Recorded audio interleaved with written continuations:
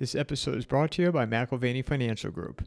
Their advisors bring a depth of knowledge and experience that allow them to serve their clientele with care, ensuring their financial needs are met now and in the future.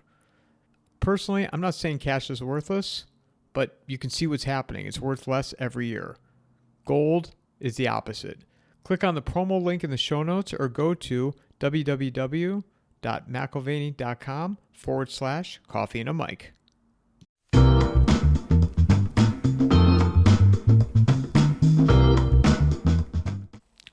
Kevork, Matt, thank you so much for coming on here. I've had you both on individually several times, and I just really wanted to get you guys together to have a conversation of what's going on in the Middle East. So thank you both.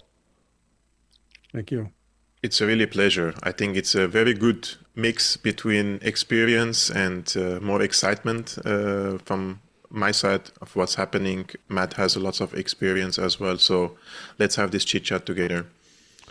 Well, and I thought we should start off with, Matt, you were just talking offline and, what we're going to discuss in regards to the Middle East, and then some of your background, Matt, and, your military experience, if you wouldn't mind just kind of going into that in relation to the Middle East. Yeah, I was, I'm just seeing these patterns repeating, the cycles of history just going again and again. I was in Beirut with a SEAL detachment in 1982-83 in the spring when the embassy was blown up. It was October. I wasn't there when the what they're calling the Marine barracks was actually Middle East Airlines office building, like administrative building that Marines were sleeping in. It's been in history. It's called the Marine barracks. It was not. But when we went there, we were following Israeli invasion of Lebanon, and Israeli tanks in 1982 got all the way to the suburbs of Beirut. They were shelling Beirut, they were bombing Beirut from the air, and they had their Christian militias that went into two big Palestinian refugee camps called Sabra and Shatila, and had a massacre of civilians. The fighters were able to escape. The women and children were not. And the Christian militias massacred many times greater than My Lai massacre. And even in the early 80s, they didn't have, CNN I think was just beginning, but the videos came out very soon. The satellites were up and people could sneak out videos that were taken right after this massacre. So the world reacted. This was President Ronald Reagan, and the U.S. sent in, we were part of the multinational peacekeeping force is what it was called. There were contingents from Britain, France, Italy, and the USA. And the USA had the southern part of Beirut around the airport and the coast because we could support it from the sea because we had our ships. As a SEAL, we were going on and off the ships in our rubber boats and other boats. And So the British and the French were more in the north, in the downtown Beirut proper. We were in the south, which faces the Shia neighborhoods. And you come in as peacekeepers, as referees wearing a black and white striped shirt. But this happens every time. Eventually, you start becoming part of the conflict. It's just a natural event. It's going to happen. So we ended up bringing in the New Jersey battleship. We were shelling the 16-inch shells, 2,000-pound shells that fly, 20 miles into the Bekaa Valley, hitting Hezbollah, Shia targets, Iranian targets, so you can say. And then we suffered the bombings that were part of that history. And the Marines got involved in basically a sniper and mortar war. So when people are talking about what are we doing in Syria, well, we've obviously decided to carve it up, and Kevork, you were talking about Donald Trump may even meet Jolani, which I can't even I almost refuse to believe that's even possible. The Israelis are revealing this with their sources in Saudi Arabia that Trump is going to meet with Jolani next month. he has met with the EU leaders. He's now wearing, instead of wearing ISIS black or Fidel Castro green fatigues, now he's wearing a business suit and has a haircut. Yeah. So he's a willing chameleon, and there's a lot of expressions. I wish people would listen to your videos, listen to your podcasts. The Sunni faction that has taken over are what you call takfiri, Yeah. which means they are not tolerant. It's like the opposite extreme of tolerant. Yes. It's our way or you die. Yes. And they seem to be cooperating quite well with the Israelis, who have even seized the point at the very northern point of the Golan Heights, Mount Hermon, which is the high ground dominating Damascus, which they never put artillery on top of until now. And they seem to be pushing right to the suburbs of Damascus. So we're watching Syria being carved up like a carcass by hyenas. I just want to follow up on what you said, because you served in Lebanon and Syria was engaged, let's say, in the Lebanese civil war as well. And Syrian forces went to Lebanon after an Arab League resolution that there is going to be an Arab peacekeeping forces, mostly were from the Syrian army. And then this was a geopolitical decision. This wasn't to only stop a civil war from the Syrian side. Syria always saw Lebanon as part of the greater Syria, right? Sure. And Lebanon was taken, let's say, it was part of Syria, and the French wanted to establish more like a Christian state, regardless of the history. But Syria went from a position of domination over Lebanon, let's say, a mandate power, having thousands of Syrian soldiers in Lebanon, having air defenses in the Bekaa Valley in the 80s, and having the confrontation with Israelis, because the Syrians saw Lebanon as a buffer between Syria and the Israelis. Also, they know that if they lose Lebanon, it's a 1.5 hour between Beirut and Damascus. So the capital would be threatened. Now, imagine Syria in the 80s and compare it to now, 2025. Syria went from regional power, let's say, under regional power, below regional power, dominating over Lebanon and engaging in hostilities with Israel on Lebanese territories, into a fragmented, into a completely divided socially, politically, sectarian, etc. Plus the Syrian army is completely destroyed. So Syria went from a power that can have a leverage and impose certain terms in the region, and the Americans were talking, the Israelis were indirectly communicating with the Syrians through the American channels. Europeans, everybody wanted to, under Hafiz al-Assad, they visited him in Damascus. Even Bill Clinton came and talked with Hafiz al-Assad. Now Syria, as we know it, is gone. This is the first thing I wrote the second day Bashar fled the country. Because Syria is, this nation state, the concept of nation state of Syria is very new.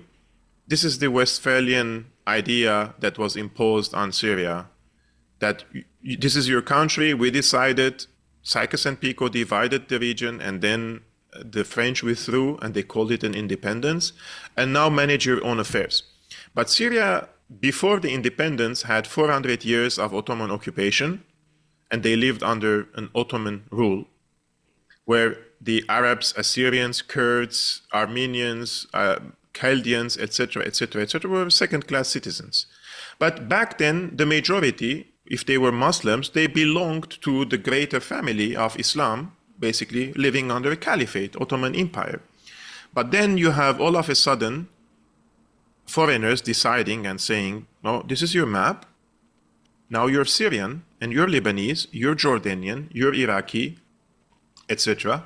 And then they withdrew from Syria, leaving the country basically to the people to manage, which they don't know how to govern a nation state. They have never experienced a nation state in the past centuries. So giving it to the Syrians like this, it means you're going to have two outcomes. One of the two outcomes. One is going to be somebody is going to come from the military and will say, I will impose now a political authoritarianism under nationalism. And this is what happened after 10 coups between the 40s and the 60s until Hafez al-Assad came and imposed the last coup d'etat. And he established political authoritarianism under Arab pan-Arabism, nationalism, Palestinian cause, etc., etc., etc. Or the second route that the country could have taken was go back to the Islamic identity. So there was this clash between nationalism and, let's say, political Islam for decades now, which ended up finally with the victory of political Islam. Because there are, in my opinion, three factors here. One, the people's identity in the region cannot be separated from their religious identity. The Middle East is completely different from Europe and the United States. People especially those who are Muslims, their identity is constructed once they were born on the teachings and the values of Islam. Their identity. So this comes under the Dar al-Harb and Dar al-Islam. Exactly. You're in the house of Islam or the house of the enemy. Yes. Of war. And because Islam, the Westphalian idea of the borders, that's a Western concept that's very alien to Muslims who think of themselves much more based on their religion. Exactly. And Islam is an identity for people's individual identity and also their collective identity. So if somebody comes like Erdogan and says, we're going to uplift the Muslim people after decades of humiliation, American invasions of Iraq, look what Israelis are doing in Palestine, I'm going to protect the Muslims, right? And the Pan-Arabists failed. Saddam Hussein is gone, and look at the dictator Assad, what is he doing to his people? And then you have the political money in the hands of Qatar and Saudi Arabia. So ideologically, you're already influencing the people through Erdogan in the past 20 years. And then you have the money, the petrodollar is in the hands of Qatar and Saudi Arabia. And nation states such as Syria had little hope to survive under such circumstances because Syria had very, let's say, little resources compared to the other countries. So they go more into self-isolation, trying to immunize themselves against these ideas, the, let's say, political Islamic ideas, in favor of the Pan-Arabism. This is why they always championed the Palestinian cause, because this was the gate for also gaining legitimacy, right? But now in 2025, I think Syria is no longer. So we are now speaking of Syria as a client state for Turkey. And Turkey definitely is going to extend its not only political rule, but also will normalize the identity, this Islamic identity. And this is why today, when you watch one of the videos I posted today on X, the leader of the AKP party, which is a Turkish party, but it turns out that they have a branch in Syria, he is talking to a militant, a Takfiri militant from Xinjiang, who is an Uyghur, and telling him that we are one. There is no difference between me as a Syrian Muslim and someone from the Islamic Turkestan army. What unites us is our Islamic identity, and you supported our revolution, and we are going to grant you a citizenship. Like, if you reverse this logic now, this is what they do against me, because I'm someone who is vocal and, let's say, criticizing them. They say, who are you? You're an Armenian. You came as a refugee a century ago after the Ottoman, let's say, genocide against the Armenians, and we will revoke your Syrian citizenship. So even the concept of identity has changed completely in Syria now, from being a Syrian into being like part of the Ummah, the broader Ummah. This is why they say this is a new opening of Damascus after being occupied by an infidel Assad regime. Well, you said Syria is poor in resources, and it is, and it's divided ethnically and sectarian. But there's a big factor is geographically, Yes. if you look at the Middle East, it's like the capstone of an arch. It's a pass-through for everybody's interests. Yes. It controls the key terrain. It has been in the past discussed, and pipelines in the desert can be very fast to build because you can start construction in 20 places at the same time, and you're putting it across the ground. So after the Nord Stream pipeline took away the cheap Russian gas from Europe, it becomes possible now to send Qatari gas to Europe through a pipeline, but it had to go across the middle or eastern part of Syria. And until the Assad regime was gone, this would never be possible. And it's maybe not going to happen anytime soon, but there's so much money behind this. Yes. It's the lifeblood of the entire world. And another overlay is that Syria also, since the 1970s, was a firm Russian ally, Soviet and then Russian ally. And because of geography, again, the Russians are bottled up into the Black Sea Yes. and Sevastopol and can only come out at the mercy of the Turks, despite treaties. If the Turks want to deny Russians access to the Mediterranean, physically they can do it Yes. easily. And it would be an act of war, but so what? We're talking about war in this region now. So these ports at Latakia and Tartus were extremely important for Russian projection into Africa. You know, the French have been on their heels being pushed out of Saharan Africa, and the Russians have been kind of filling in a balancing act against the Americans and the French. And now with the fall of Syria, these key ports and airfield, the Husseini airfield is by Latakia. And these now are like little enclaves. I believe that there are still Russians there, Yes, there are. but the really the killers, these Takfiris, including Turkmen and Uyghurs, that have no concern at all. They see an Alawite, and in fact, in Sharia, you can correct me, but Jews and Christians are considered people of the book. So as long as Yes. they submit themselves, Yes. they can have a space to live. But Alawites came after the book. So Yes. Alawites are just like Hindus in Pakistan or India. Yes. They're not people of the book, so they have no right at all to live. Yes. Are I they- think And I this just is want to the mention coastal, one. and this is mostly in the coastal region on the west. Yes, just want to mention a fatwa here because this is very important to understand why these Takfiris want to exterminate the Alawites and the Shias. 800 years ago, an Islamic figure came. His name is Ibn Taymiyyah, and he revolutionized the interpretations of the Islamic texts, including the hadith. Now, for our respected audience, you have the Quran, which is the Bible, and then you have the ahadith. Ahadith are what the Prophet Muhammad said during his lifetime, and those were delivered by later, after his death, by his followers, friends, cousins, etc., etc. So we don't know exactly if a hadith which says this, if it was correct or not, because there is no way to verify. And we live in 2025, and we know how things could be distorted. Now imagine if this was 1,400 years ago.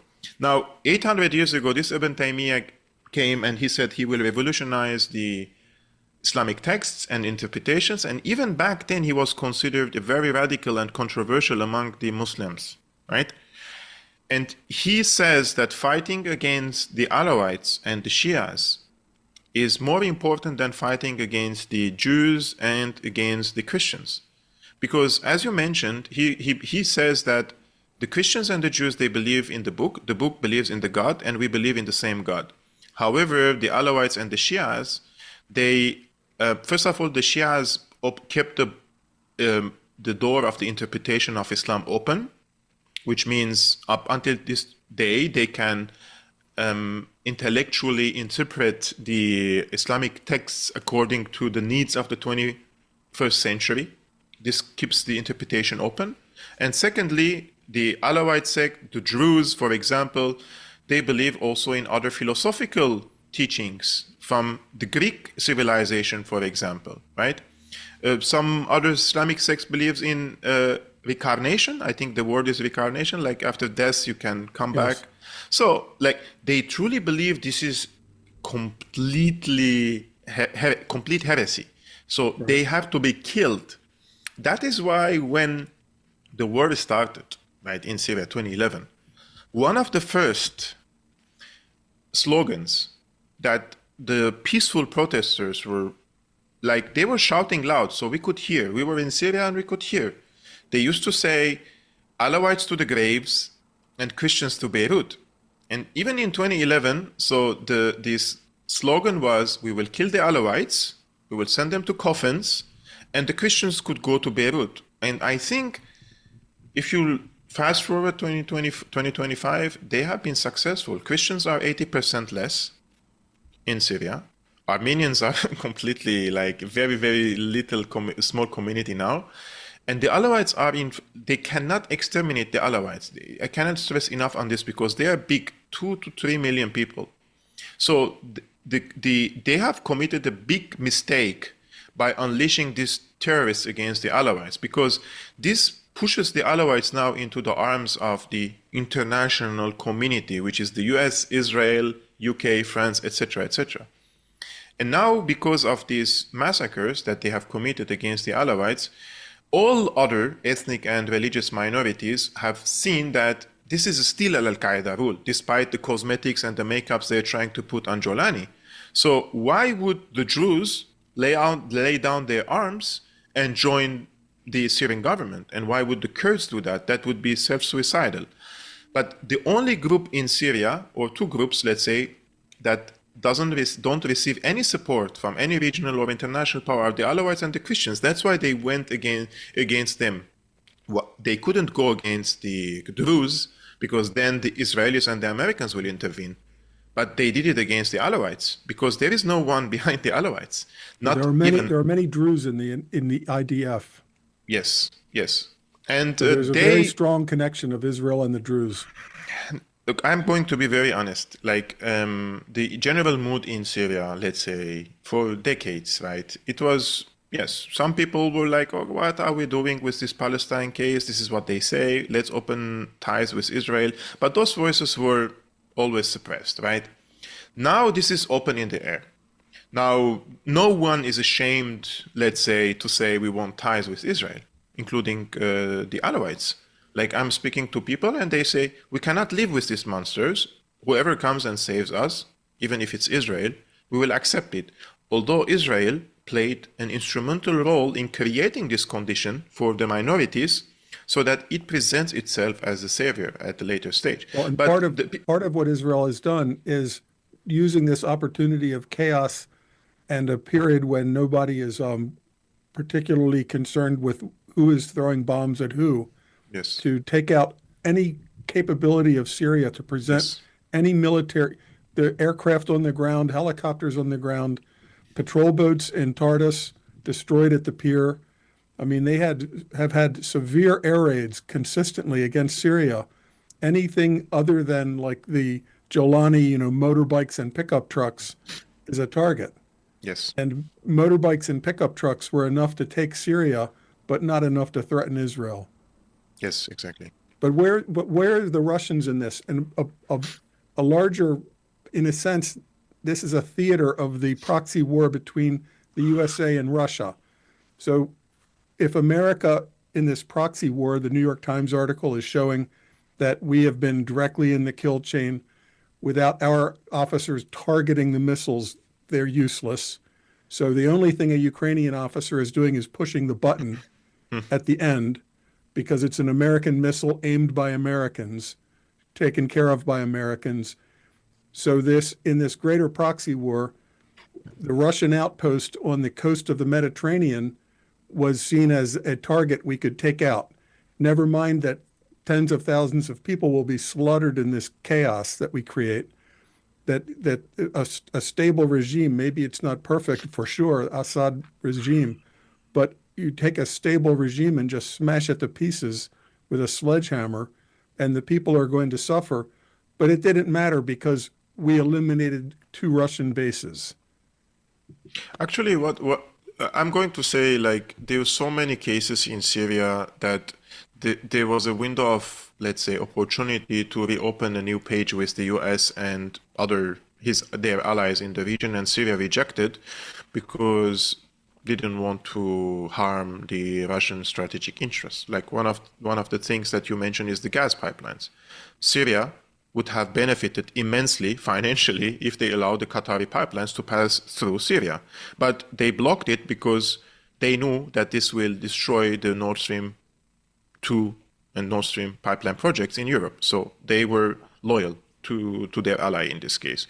Secondly, when the Russian offensive started against Ukraine, Shoigu was in Syria, like 2 days before the attack. So the only foreign leader that Shoigu visited was Assad.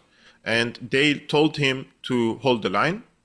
This is going to be a strategic battle in Ukraine, and the outcome of this conflict will be detrimental, and it will shift the balance of power in our favor, and this will give you a better compromise with the Americans. So don't engage, this means, with the Americans until the Ukraine war is over. So the Americans came to Assad in 2024, early 2024, after 2 years of the conflict in Ukraine. And they opened a new channel of communications through Oman. And they offered him, we don't know how reliable were they, but this is what they offered. They said, you can take back your oil fields, but we will need to know where is our Marine Corps veteran, because they had one American missing in Syria since 2012. And for sure, he was an intelligence asset because he was embedded with the Free Syrian Army. So they're looking for him. And Assad said, no, he doesn't want to negotiate with the Americans. But logically, this doesn't make sense for me, at least, because I just know the surface of it, right? Because why not getting back your oil fields in exchange for giving a news about this missing person, American person in Syria? But the reason for it was 2 things. One, the Ukraine war, which the Russians told Assad to hold the line. It's not time for a compromise. A better compromise is coming in the future. And the second thing was, it is a transitional period. 2024 is an election year. And Assad didn't want to strike a deal with Biden, a lame duck, as I named him, when Trump probably going to become a president, and he has someone like Tulsi in the administration who's completely opposing to this regime change war in the country. So he gambled. He played a really high stake game with the Americans. And I truly believe that in late 2024, the last message the Americans sent to Assad was through the foreign minister of Jordan. Ayman Safadi was in Syria in October 2024. And Ayman Safadi said, this is a joint message from the Israelis and from the Americans. There is going to be a ceasefire agreement in Lebanon in November 2024. And the Americans and the Israelis expect you to participate in this ceasefire agreement, which means you have to seal the borders and block all the supply chains for Hezbollah and kick the Iranian influence out of your country. And this will mean that the Saudis, Emiratis, Americans all will open up again to you. And he said no. And only 3 weeks later, the attack happened in Aleppo, and he lost Aleppo, and then he lost, of course, the entire country, and he fled. So he also miscalculated, I would say. But the Russians didn't have, look, there's a big confusion. Why the Russian Air Force didn't participate? There has to be a decision. There has to be a decision from the Russian MOD that the Russian fighter jets stay and do not, because Jolani's army, they basically walked from Aleppo to Damascus. They didn't fight. The fighting happened in Aleppo a little bit and a little bit in northern Hama, but the rest, the Syrian army just laid down the arms and they started walking. So if the Russian forces wanted, they could have obliterated them on the highway. But they haven't, because the Turkish side, they have talked with the Russians and they said, this time it's over and we will preserve your Mediterranean interests which is you keep one of your bases in Hamaymim air base until this moment they have it, but you have to deal with the new reality. And the Russians were so much involved in the Ukraine war that they couldn't have this maneuvering, let's say, capacity with the Turks. But the Turks definitely they backstabbed Putin one more time. Yeah, logistically, it's a very long flight from Russian territory to Syria, because they have to fly very far east in a big circle around Turkey. It's a difficult logistics, and when their military is strained in Ukraine. I was always questioning during this. I can see the decision not to strike the columns on the highways Yes. heading to Damascus, but I think it was within the Russian capability to keep the Jelani's army away from the coast, because it's very significant. There's a coastal mountain range. Yes. And there's not unlimited roads. It's fairly simple for helicopter gunships, for example, and some artillery to stop militants from coming to the coastal region. This could have and has been a magnet for Christians and Alawites and others, as you say, the remnants of the Assad regime, including old women and children, being slaughtered. But I'm just surprised that the Russians still have the Husseini air base, but not any facility in Tartus port. I mean, they have their fighter jets still there. Like this is the thing that I mentioned when Jolani. It's Tartus is by Husseini air base. It's the Hamaymim air base. Hamaymim. Which I'm sorry, Tartus is in the Navy base in the south, and Latakia is the north. It's in the north, yes. Do they have any naval vessels in Latakia or? Now I don't know, but they have Because withdrew at least two of their fled. boats. Yeah, Yes. the Russian ships fled out of Tartus, Yeah. and the Israeli Air Force destroyed the Syrian gunboats, patrol boats. Yes, that's true.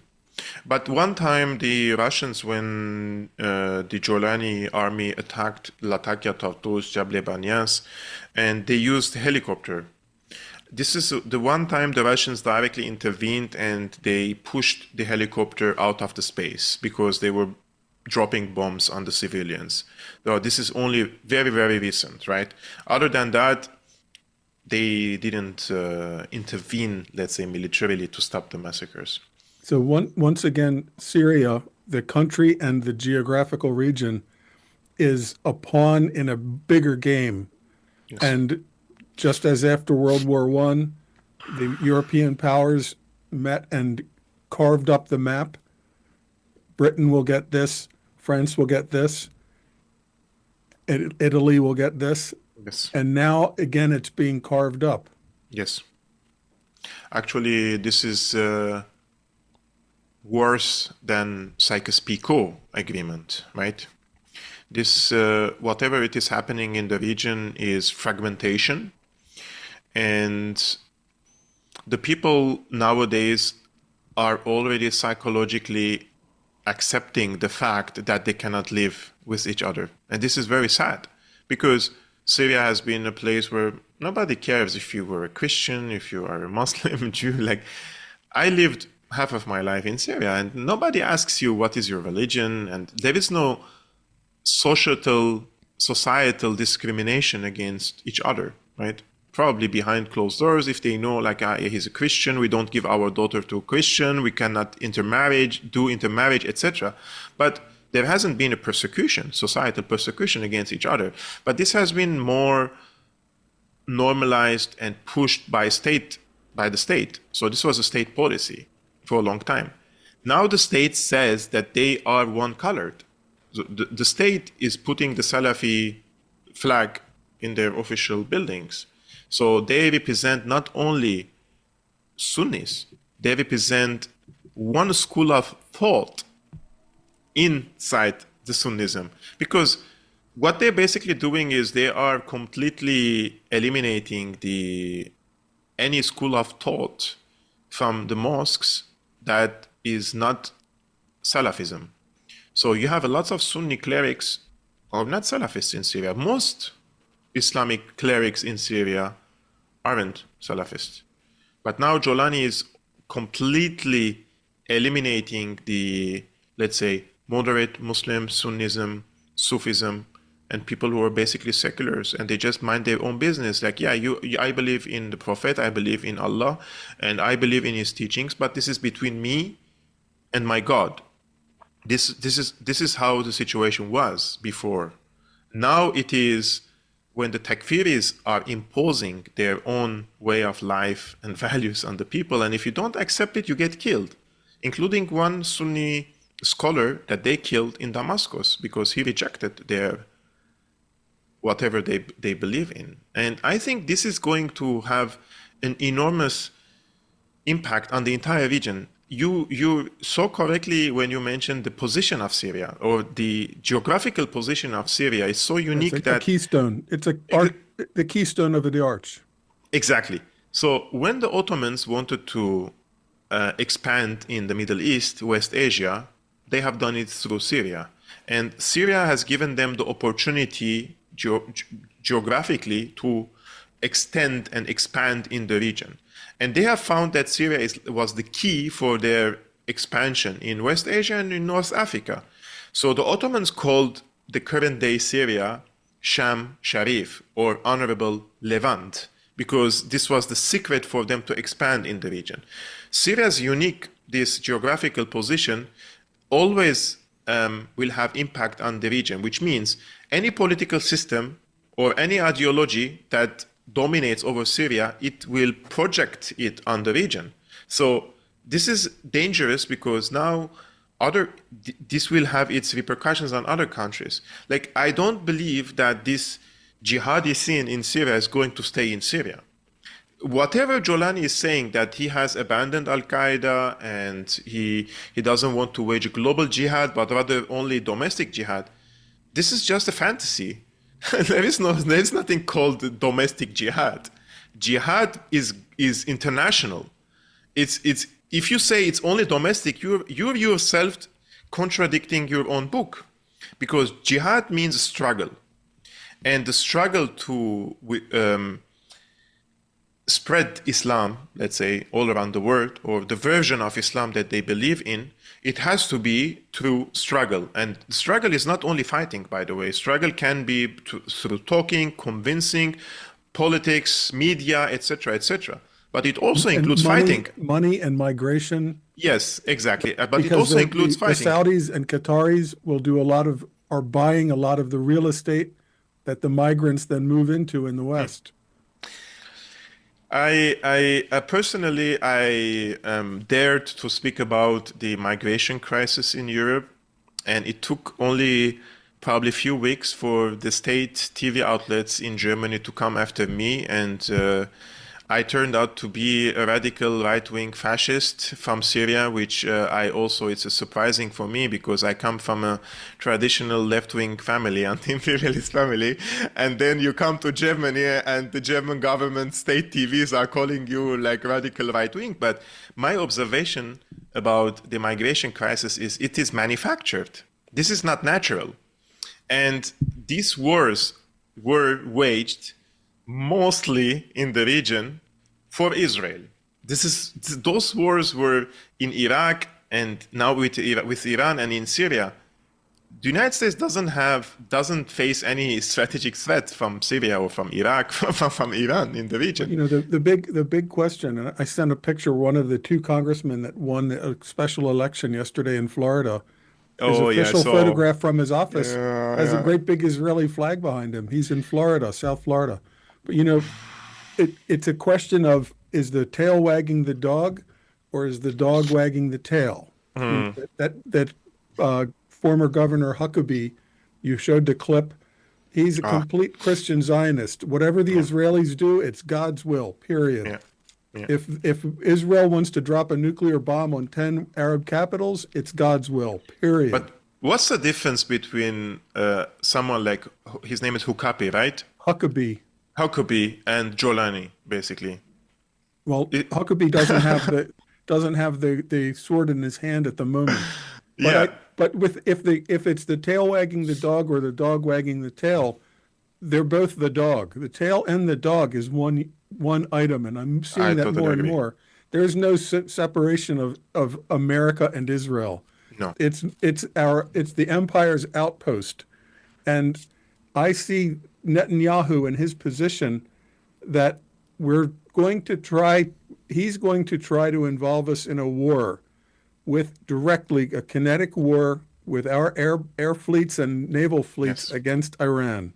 Yes. And this is not the first time. I've studied this very carefully, and it probably was an old trick when the Babylonians and the Greeks and then the Romans. But in World War I, the Lusitania ship was sent directly in front of a U-boat under Hmm. the south coast of Ireland. It was, if you were trying to get that passenger ship also loaded with armaments to be sunk by a U-boat, that's where you would send it. And the Germans had put full-page ads in New York newspapers saying a state of war exists. Yes. Any ship going to the UK can and will be sunk. Yes. That was a deliberate provocation to create a casus belli. Pearl Harbor is maybe, I think people knew about it and just didn't want to pass the messages along because it served the greater purpose of dragging the USA into World War II to have a Pearl Harbor. It's not definite, but there's a lot of suggestions that way. Now, the Gulf of Tonkin incident in '64, before the main military intervention in Vietnam, clearly was a contrived incident. What we were doing was sending small patrol boats up the coast of North Vietnam from South Vietnam and putting frogmen, saboteurs, and rubber boats ashore to like blow things up like bridges, coastal facilities. Nuisance attacks, but very directed nuisance attacks. Meanwhile, two destroyers are 1 mile over the international territorial water boundary. Yes. So you're having bombs going off, rubber boats, frogmen, and there's two American ships. They were trying as much as they could to get some kind of a fight going between the U.S. Navy and the North Vietnamese so we could have this Gulf of Tonkin resolution and then send hundreds of thousands of American troops into Vietnam. Yes. And begin a mass bombing campaign. I think that they are going to try something like this in the Red Sea or the Persian Gulf. And it's going to be a spectacular mistake 100%. because the Iranians, no matter what else happens, their economy can be destroyed, their refineries can be destroyed, but they can also stop the Persian Gulf, Strait of Hormuz, 100% for as long as they want, because they have truck mounted missiles. These are solid fuel missiles. They don't need, like the Scuds in the Iraq war had to be elevated to vertical and then filled with liquid fuel. And even then, we never destroyed any. They were firing those Scud missiles even as the negotiation to end the Iraq war was going on. The last days of that war, they were launching these at Israel and at Saudi Arabia. And these Iranian truck-mounted missiles are much more dangerous because they have solid fuel. They can be launched almost from just slightly elevated. They can be hidden in 1,000 caves. If you look at the territory of Iran, it wraps around the Strait of Hormuz. So it's a shooting gallery for Iran. And no matter what else happens, Iran can stop the shipping through the Strait of Hormuz immediately, and there's nothing in the world we can do to open it, because these missile crews can be told, you're going to fire your missile on the 31st day after the war begins. You're going to hide until the 55th day, and there will be no order to countermand this. Any order to countermand this will be considered under duress. These will be done under standing orders. If they have 500 of these missile trucks and they have thousands of caves to hide in, there's no way we can attack them. There's the Marine Corps that invaded Iwo Jima, which does not exist today, that Marine Corps. Iwo Jima is like one dot in Iran. The southern coast of Iran facing the Strait of Hormuz is 50 Okinawas. We're not landing troops to hunt missile trucks in caves there. So no matter what we do in a war with Iran, whether we take out their missile program, take out their nuclear program, turn the lights out in Tehran, they will absolutely stop the flow of oil. The price of oil will go to $500, $700 a barrel, and the world economy will crash. So this instigation toward a war with Iran, to me, is like a monkey playing with a hand grenade. Let me add. Oh, sorry, Matt. But I mean, it's just insanity, because no matter what happens, the world economy will be wrecked. Knowing these consequences, though, I mean, Israel, the United States, Europe, they understand all this. But yet they're very deluded. Our war planners thought that this Kursk incursion would be a great idea. Our war planners 2 years ago thought a counterattack could take Crimea. We have very delusional generals. You know, I listened to Daniel Davies and Colonel McGregor and others like him that have a better grasp of reality. When you see our war planning, that we thought we would actually cripple Russia and bring Russia to its knees, the opposite has happened.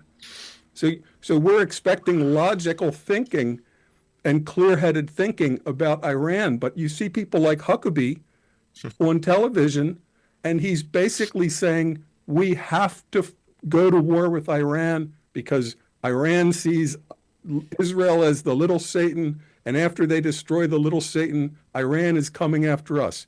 Iran is a country it's a big country. It's much bigger than Iraq, with a much bigger population, but it's on the other side of the world. Iran is not going to attack the United States.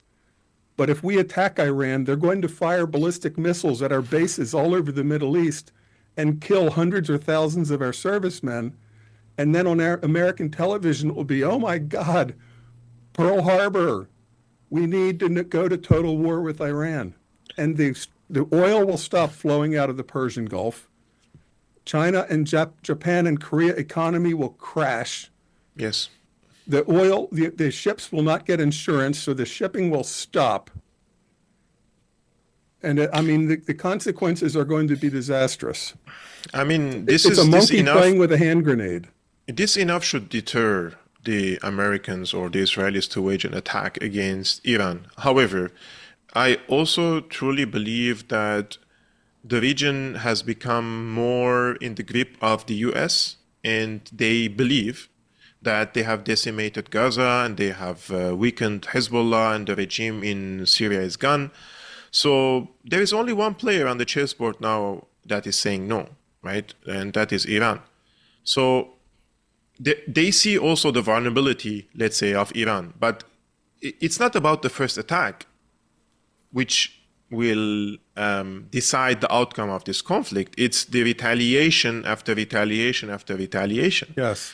And in this case, they will need aircraft carriers, they will need boots on the ground, they will need to send tens of thousands of troops to the neighboring countries, Saudi Arabia, UAE, Bahrain, Qatar, Kuwait, etc. But a new factor in warfare, in the Second World War, after we seized support of Antwerp in Belgium, we could just bring in every day more ships, tens of thousands of troops, tanks, trucks, everything every day. In today's world, all of these marshaling ports are under missile fire attack with no protection. So you can't have a port like in the first Gulf War, the Desert Storm Gulf War. The port of Al Jubail in Saudi Arabia had one entire year, every day bringing in ships, unloading soldiers, unloading tanks, cannons, shells, for 1 year. Maybe a square kilometer of Al Jubail is just war material stacked up like in warehouses and in the open. Today, anything like that, when we try to bring forces to the area, will be attacked by Iranian ballistic missiles for sure. So that idea that we can organize a sea lift with our reserve fleets, and like we did for Desert Storm, and marshal them in Saudi Arabia or somewhere, it's a fantasy, because those will just become targets immediately. What about an intelligence operation? Like nobody anticipated the pagers attack in Lebanon, including the leadership of Hezbollah. And it was very unlikely that Israel would have assassinated Nasrallah, for example, and they did. What if they wage, let's say, a cyber attack, blackout in Iran, they assassinate the leadership, they kill Khamenei, or the generals? I mean, I think if they do that, about more than 10 years, maybe 12 years ago in California, in a place called Metcalf, there was an attack on a big electrical substation just using rifle fire. These big transformers that are like 15 feet tall and 10 feet wide, they depend on oil to keep them cool. And by firing just rifle bullets at them, they drained out, and this station went black and almost started a chain reaction. At the same time, the same hour, at some distance, a big underground fiber optic trunk place was sabotaged. And the only way I interpret this, and other people feel the same thing, is that this is a proof of concept operation by a state level actor. This was not some militia guys out for fun.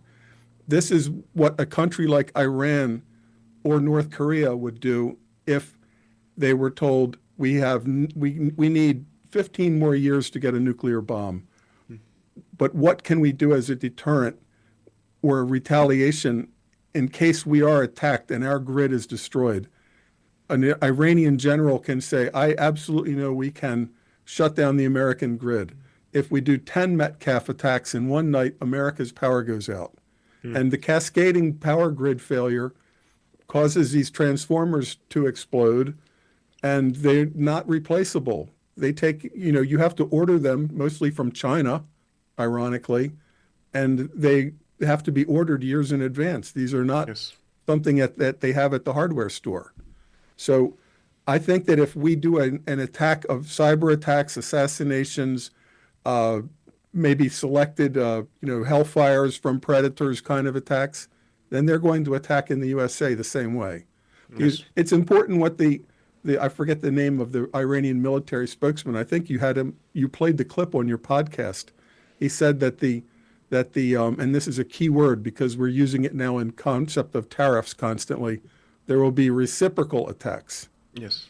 So if you do targeted assassinations, a reciprocal attack is a targeted assassination. And it's very important for Americans to understand, I don't think that the October 7th attack was a big surprise to Israel. This is what I was going to ask you, by the way. Yeah, I think that in wars, just on the battlefield, a general will send a company out as a diversionary attack.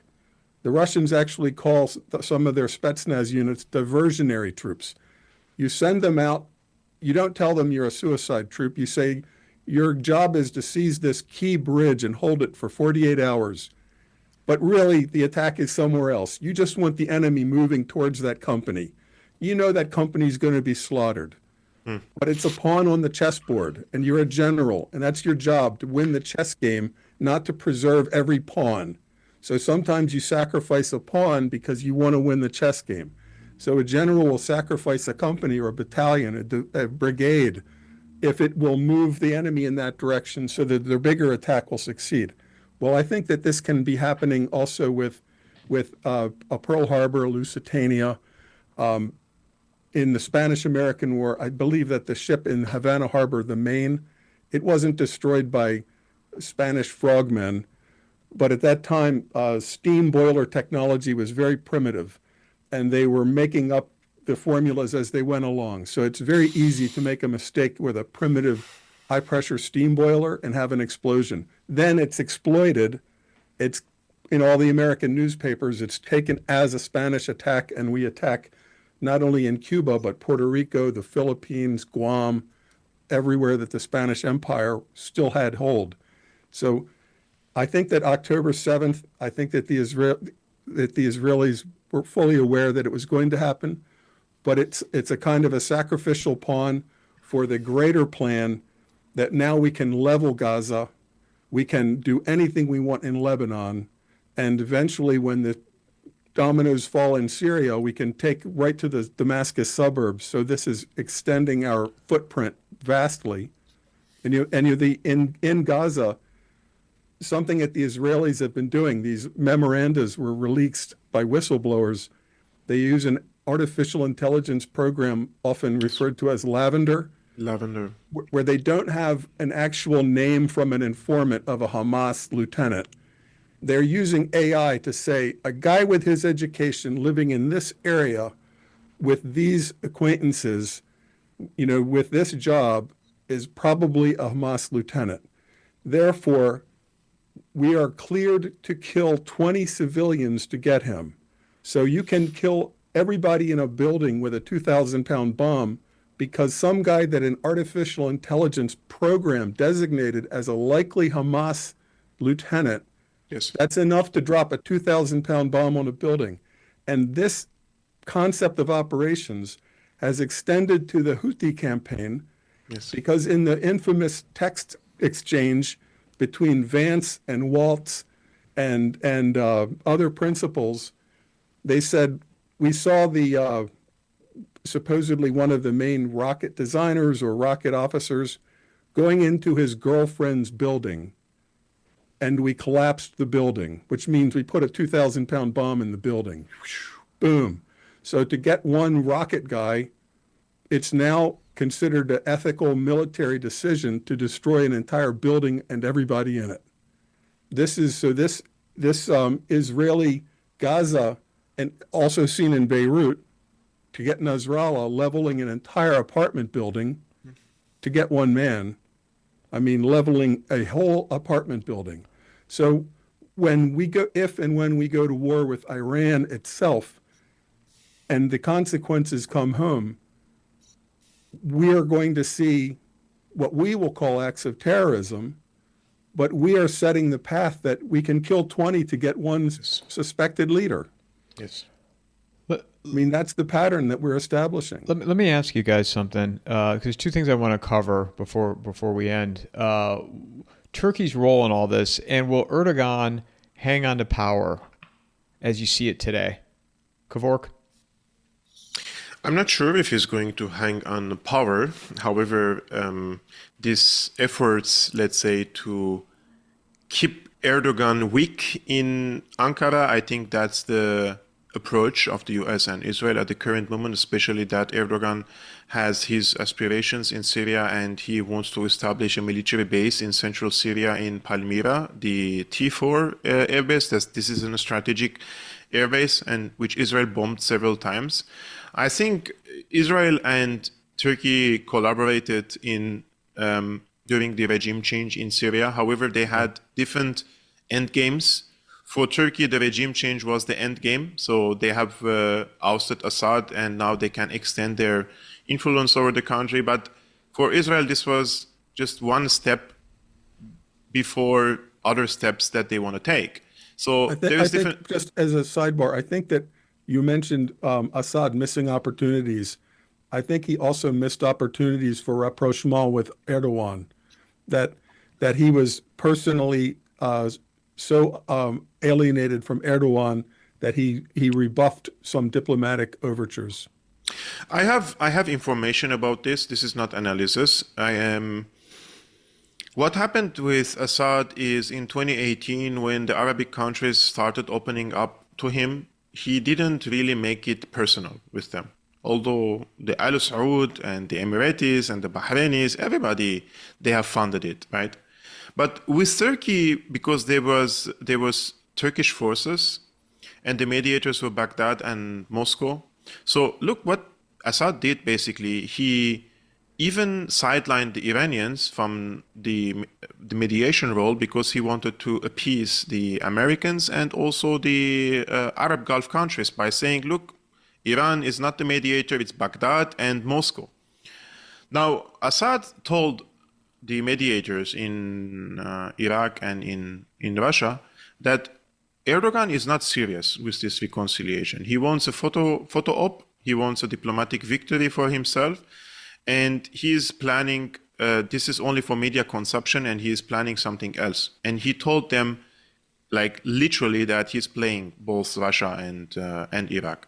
And I'm open for reconciliation with him, but if he doesn't commit that at the end of the political reconciliation process that he's going to withdraw from Syria, then there is no point of talking to him.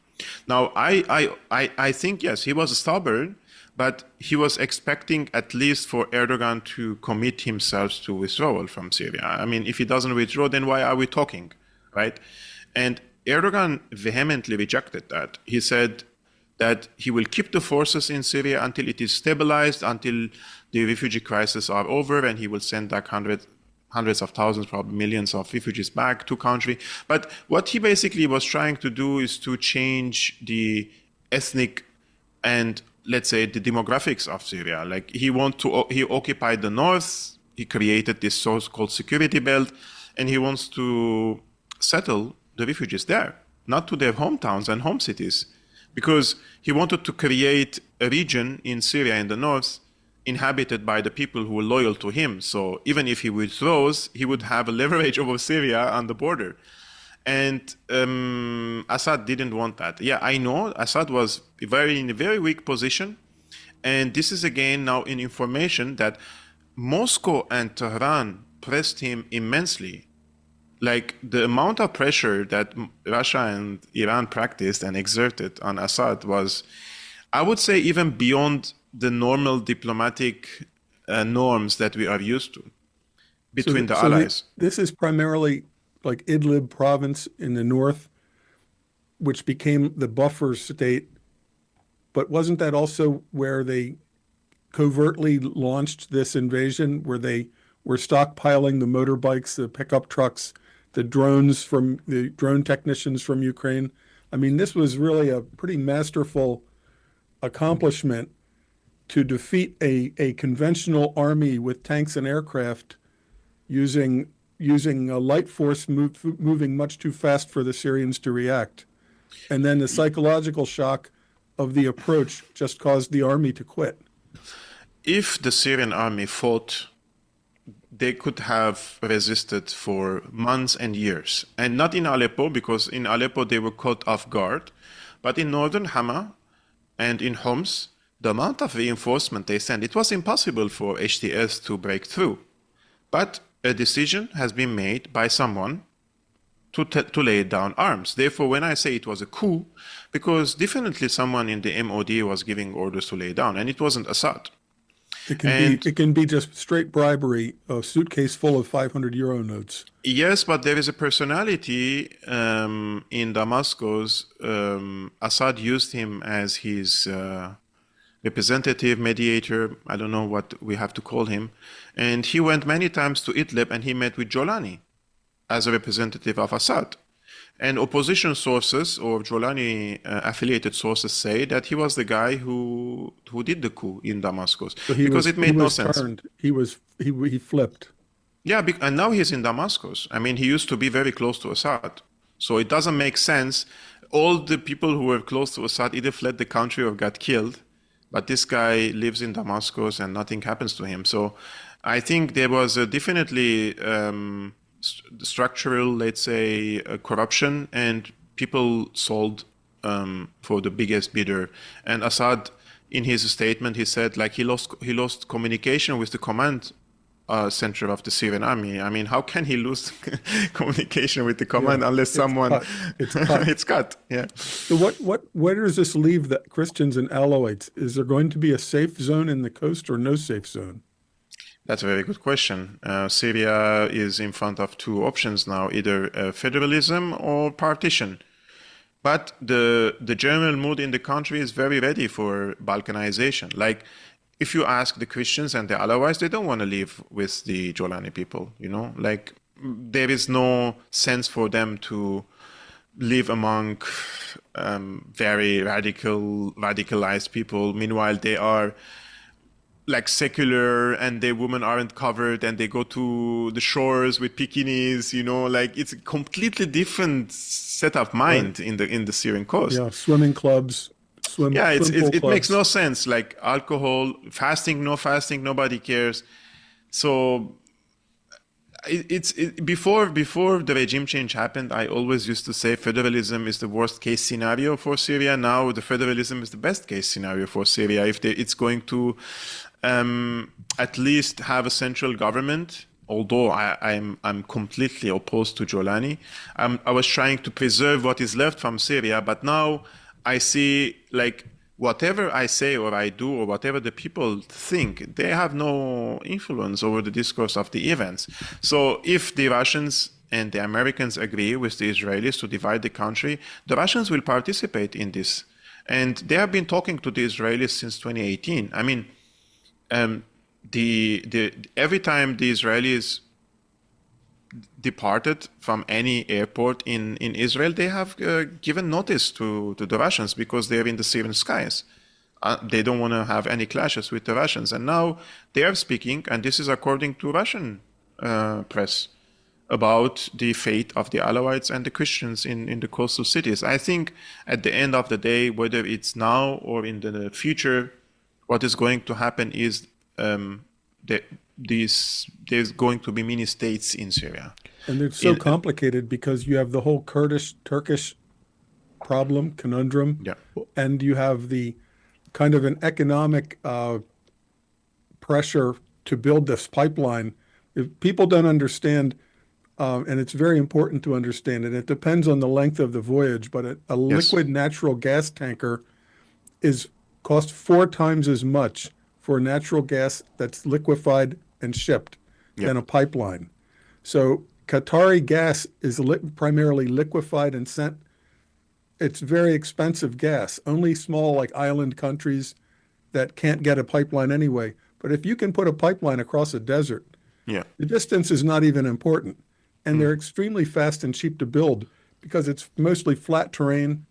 You can start construction in 20 places at once, and in 6 months have completion. And then you have a Nord Stream pipeline from the Gulf states to Europe. And each country along the pipeline benefits because each country along the pipeline becomes a strategic partner in essence because they can cut it, as we've seen with the Russian gas pipelines across Ukraine. So you have to take care of all of your partners along the way, and they get a super good discount deal on their gas. And that's how they're paid, with very, very cheap, below market price gas. So there's going to be pressure to build this pipeline. You have a massive gas here, and you have Europe here. And in between is Syria. Turkey is ready. Everybody else is ready. So sorting out eastern Syria is still going to be very thorny. But with Turkey, though, and Erdogan, I mean, and this comes back to what you guys were talking about earlier in regards to, dealing with Iran if they decide to go to war. The uprising and the protests that are happening in Turkey right now, could that be, a CIA constructed proxy war to get Erdogan out? And would they do the color revolution, right, Matt? Or just color demonstration, not at the revolution state. And could they do that in Iran, something similar, to avoid having to reach across with bombings? Yeah, that's very. I mean, in Iran, I think it's more unlikely to succeed such a revolution, but in Turkey, I think the goal is to keep Erdogan, but to weaken him a little bit and to cut his wings, And he has expanded a lot in the region and also in the Caucasus, in Nagorno-Karabakh, and they're trying to open a corridor through Armenia, which could open them a channel to Central Asia. And this threatens not only the U.S. but also the Russians. The Russians don't want them to have an access to Central Asia and move the Turkic tribes. Yeah, the Caspian Sea. So I think it's a huge game, and it's so interlocking because you have at different levels. Turkey is a member of NATO, but Erdogan also is trying to reestablish some part of the Ottoman Empire with himself as Sultan Caliph. So it's so complicated, and the energy. Just the energy equation, so many wars, world wars even, at their foundation, we cut off Japan's energy and supply of metals, things like that, and then Pearl Harbor. I mean, Yes. Pearl Harbor didn't come out of nowhere. When you threaten somebody's energy supplies, or there's somebody that sees billions of dollars a month to be made somewhere, just Yes. billions. There's a huge pressure, and then there will be a war, and everybody will focus on the war, but behind it there are bankers and oil men making deals, and the war is just a byproduct, and ends a means to an end. Yes. But I'm very afraid of some kind of an incident where an American ship is destroyed by an Iranian missile, for example, and then it's Exactly. game on. That's so, I think that's very possible. And that would shift the general mood in the US. I mean, these texts about attacking the Houthis or having a war with Iran, I think this is a psychological operation. The signal conversations I'm referring to. This is a psychological operation to prepare the people to speak about possible war. I truly hope that the Russians and the Chinese would prevent such a war. I'm not really hopeful much, but there is a theory that achieving a victory is not the goal in Iran.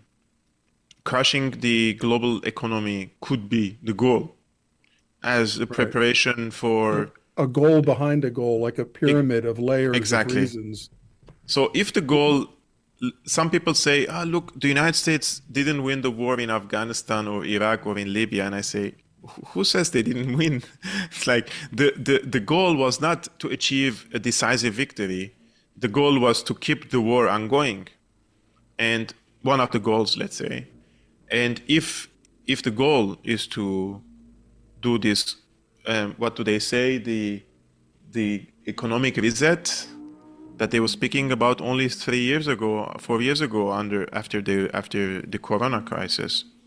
If the goal is to reset and to present digital currencies and delete the US debt, I don't know. Maybe I'm just talking about now conspiracies, but maybe the goal is not to win this war. Maybe the goal is to provoke a retaliation from Iran.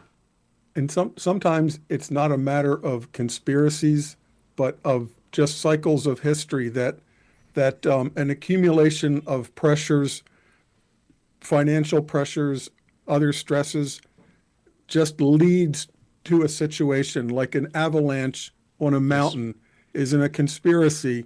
It's just that there's so much snow hanging up on the top of the mountain, and as it melts, there's nothing holding it up, and an avalanche comes down, or a tsunami in the ocean. It's not that there's nobody, I don't think, saying in a meeting boardroom saying, let's crash the economy. But you have all of these people like Huckabee on TV saying, we've got to strike Iran now. They have no defenses after the Israelis took out their missile anti-air defenses. We've got to strike them now. Voices like that shouldn't be even heard. Yes. And they're getting a lot of traction. In the U.S. media, conservative media, the Houthi attacks are considered like our greatest victory since World War II, because we haven't had many great victories, But this America, it's like fighting Grenada, or some tiny little country. Panama, pound Panama. So we've pounded the Houthis, and we're using that now as a springboard, like it's just a springboard onto attacking Iran now. True. And the momentum seems to be building. What do you guys think the future of Israel will be from all this? Oh. Whoever wants to start. I mean, this depends on this outcome of this crisis now with Iran. But after October 7, Israel achieved major strategic victories in the region. I mean, Gaza. What is Gaza now? It's a rubble. I mean, what's the use of few hundred or few thousand Hamas fighters when you cannot protect your people now, or secure them any decent life or dignity or bread? everybody is exposed to bombing. Nobody is innocent under the Israeli, let's say, The lavender vision. plan. Yeah. Yeah. And then you have Hezbollah is, I mean, when I say these things, some people get upset because they want, like, they wish that this is untrue. But the reality is the assassination of Nasrallah and the entire military leadership of Hezbollah and the pagers attack was a major blow for Hezbollah. And Hezbollah has decoupled its front lines because they said a ceasefire in Gaza, when we achieve a ceasefire, we will agree on a ceasefire agreement. But they agreed on an unfavorable ceasefire agreement in Lebanon, and they decoupled the front lines of southern Lebanon and Gaza. Plus, the Americans brought a pro-US, pro-Saudi Arabia government, which didn't mention the right of Lebanon to resist against the Israelis in their ministerial statement, which means they don't recognize Hezbollah as a resistance, basically, or legitimate resistance. So they have cornered them inside Lebanon. They have localized them, let's say. Right. And Yes. cut off their supply chain to Iran. Thank you. With And the, with with the Syria, end of Assad, there's no more resupply to Gaza, of course, or so to they're Lebanon. sandwiched. So they're sandwiched now between Syria, new Syria, and Israel. So I think Hezbollah has enormous power to keep itself functioning, but they will only focus on their own people, the self-preservant and of the Shia community there. Now we go to the other cases, and that is Iran. Now we have to see what is going to happen there. But all in all, the balance of power has shifted again. I mean, when this October 7 happened and Hezbollah engaged the retaliatory escalatory dominance was tit for tat. Hezbollah takes a step, Israel takes a step, Israel takes a step, and then they lost. Hezbollah lost the escalatory dominance and lost deterrence. Now Israel is bombing Beirut. It's like nobody is even talking about it. Every day. Any day. And from the Israeli point of view, October 7th is a very good pawn sacrifice to take the enemy queen and rook. So it's a victory, but this kind of a victory can lead to an overconfidence. And if the leader, Benjamin Netanyahu, if he feels cornered because of his legal problems and other problems, there seem to be wheels and gears turning, that there are forces that say now is the time for a war with Iran. It will never be a better opportunity than now. And Israel and the Christian Zionists in America that are very strong may feel that now is the time for this war with Iran. And another factor, another level, Trump seems to be finding a rapprochement with many backtracks and crazy Trump statements, but he wants us out of Ukraine, and he wants to make a settlement, some kind of settlement with Russia, and basically say, Europe, Russia is your problem. This will cause him to lose face in terms of being a strong man. If when Mao Zedong took over in China, the big question was who lost China, as if the American president is like the owner of China, right? We had Chiang Kai-shek, and now there is Mao. So who in Washington? It's such hubris, right? It's such pride. Yes. Who in Washington lost this continental power, China? But now, if we make a settlement with Russia after Biden, leaves Afghanistan in humiliation, there will have to be a counterbalance for the ego of Trump and his people. That okay, all right. So we're kind of quitting with the Ukraine project, but look what we did to Iran. Yep. We are still a global hegemon. And I think this has the potential to backfire very badly, because no matter what happens with a serious war with Iran, the oil will stop coming through the Strait of Hormuz.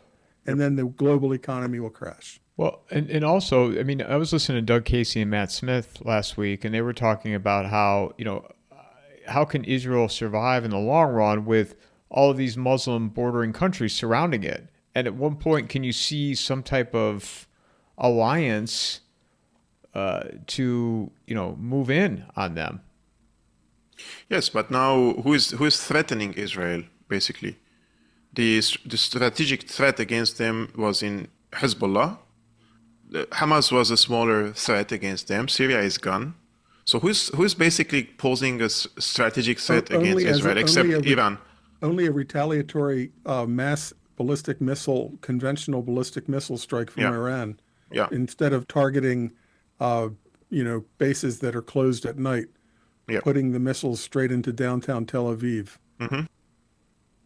Yeah. So in this case, when we ask the question, how can Israel, let's say, continue existing in the region? Well, Egypt, ties, peace.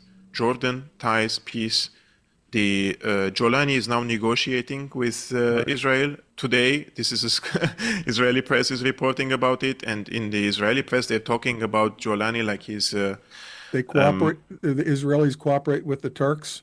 Mm-hmm. The Saudis, Who's threatening Bahrainis. them?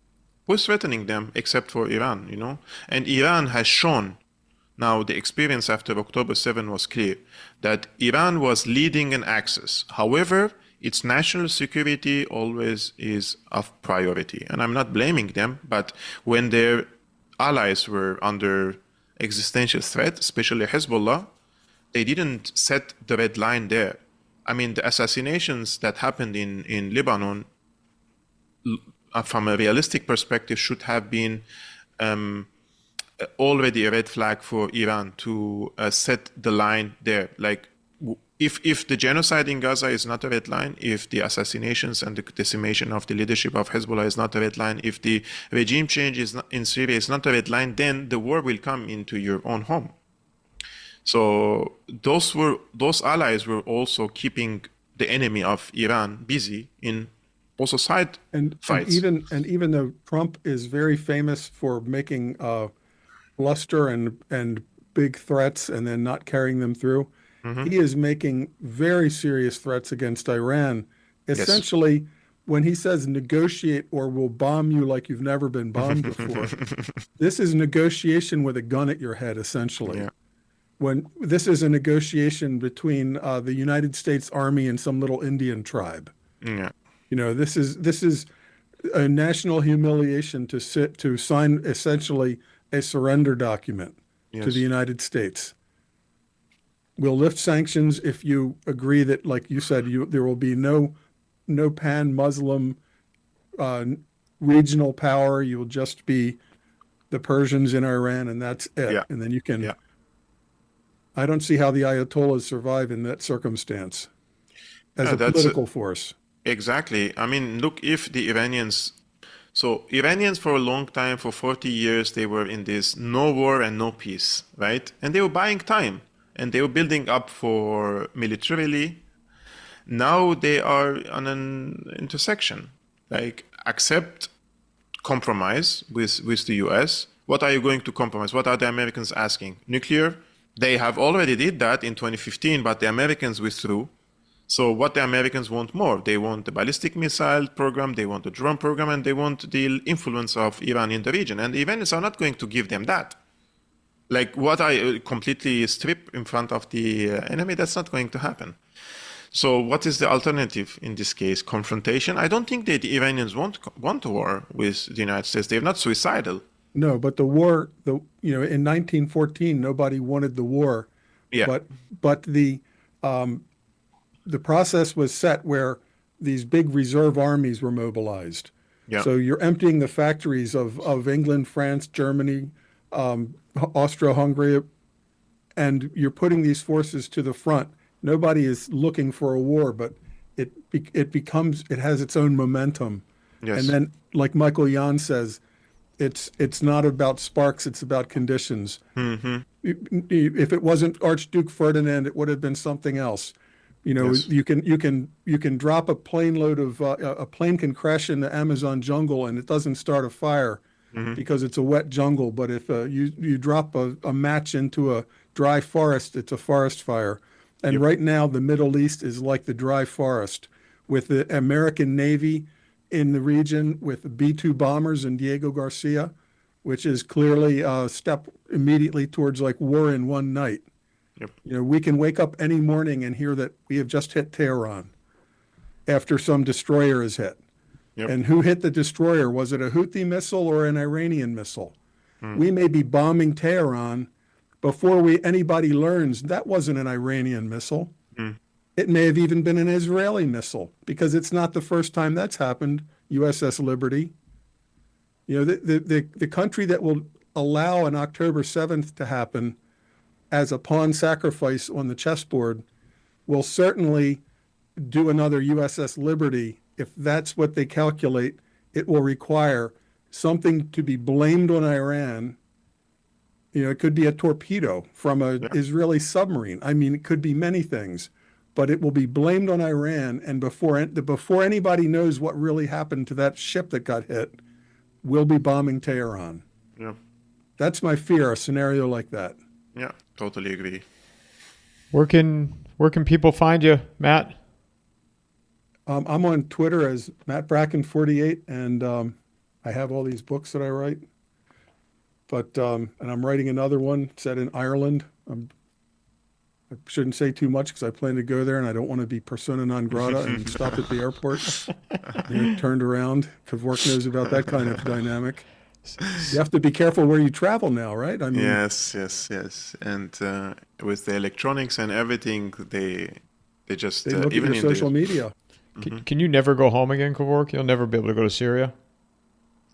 I mean, at the current moment, it's impossible for me to go to Syria. I was in Syria a few weeks before the regime change happened, but now it is like I'm an exile. I don't know what to call myself. You know, like if I go, I will get killed 100%. So I'm not suicidal to go to Syria. How long, if you landed at the airport, how long before they would be aware that you were there? At the same moment, because your name is already in the system that you wanted. Right. So once you give your passport, they can check. They can tell you like you have to come with us to the backstage, and then you disappear. Goodbye. Or they let you get into a taxi cab, and then you're never seen again. Yeah, some car accident. No, I think they would definitely detain me in the airport. So I mean, I don't trust even sending my parents to Syria. So how would I go? Sure. Absolutely. I always say jungle has more laws and regulations than Syria right now. So I wouldn't advise for someone who has 2 functioning brain cells to go to Syria right now. Yeah. And if you can get out, to get out. Yeah. Matt, also your Substack? Yeah, I have a Matt Bracken Substack on, just under my own name.